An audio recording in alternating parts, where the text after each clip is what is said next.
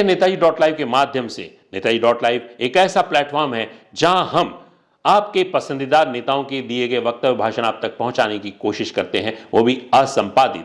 देखते हैं केंद्रीय गृह मंत्री अमित शाह क्या कह रहे हैं। वहीं पर हाल ही में हुए इस सफलतापूर्ण अभियान में छत्तीसगढ़ के पूर्व मुख्यमंत्री डॉक्टर रमन सिंह, जिनके नेतृत्व में जिन्होंने इस बल के छत्ते में पहली बार हाथ डाला था और बड़ी सफलता भी उनके समय में मिली थी। यूनिफाइड कमांड के मुखिया रहते हुए रमन सिंह ने ऐसे बेहद कड़े कदम उठाए थे जिससे नक्सलवाद लगभग एक किनारे पर सिमट गया था। लेकिन हाल ही में पिछले 5 सालों से नक्सलवाद ने फिर से सिर उठाना शुरू किया था। घटनाएं तो नहीं हुई, लेकिन नक्सली पूरी तरह से छत्तीसगढ़ के साथ साथ अन्य राज्यों में फैल गए। आखिर ऐसे कौन से कारण हैं, इन्हें भी जनता के सामने लाना चाहिए। जो राजनीतिक पार्टियां होती है, जब वे सरकार में आती है तो उनकी कथनी और करनी में कितना फर्क होता है।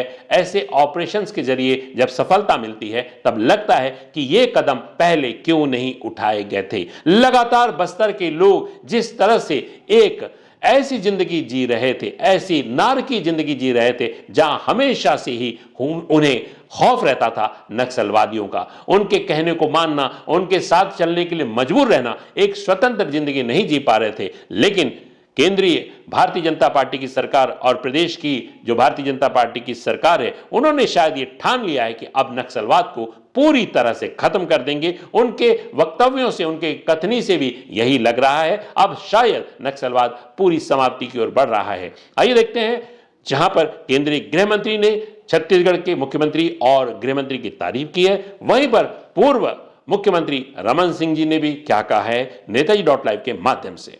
अगस्त को भी मैं गया, उस वक्त छत्तीसगढ़ और सटे हुए 6 जिलों के सभी मुख्य सचिव और डीजीपी के साथ मीटिंग की थी और 2 दिन तक विकास और नक्सली ऑपरेशन दोनों की दृष्टि से एक डिटेल रणनीति का हमने चॉकआउट करने का काम किया था।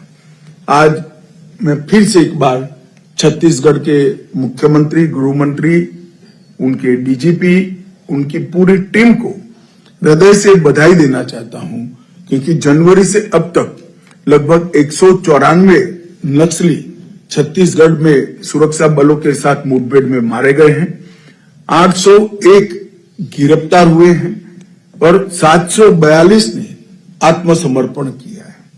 मैं देश भर में नक्सलवाद के साथ जुड़े हुए युवाओं को आज के इस सम्मेलन के माध्यम से अपील करना चाहता हूं, चाहे नॉर्थ ईस्ट हो, चाहे कश्मीर हो, चाहे वामपंथी उग्रवादी क्षेत्र हो, सब जगह लगभग कुल मिलाकर 13,000 से ज्यादा लोगों ने हथियार छोड़े हैं और मेन स्ट्रीम में शामिल हुए हैं।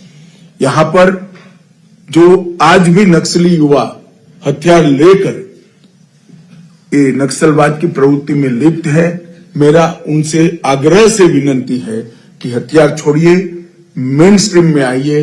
सभी राज्यों ने आपके पुनर्वसन की योजनाएं, बहुत ल्यूक्रेटिव योजनाएं बनाई हैं, इसका फायदा लीजिए और देश के विकास में आपका योगदान दीजिए। इच्छा शक्ति हो तो सब ठीक हो सकता है।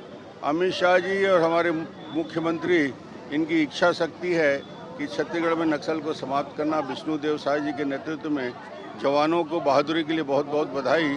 और निश्चित रूप से नक्सल आतंक समाप्त होगा, हिंसा समाप्त होगा।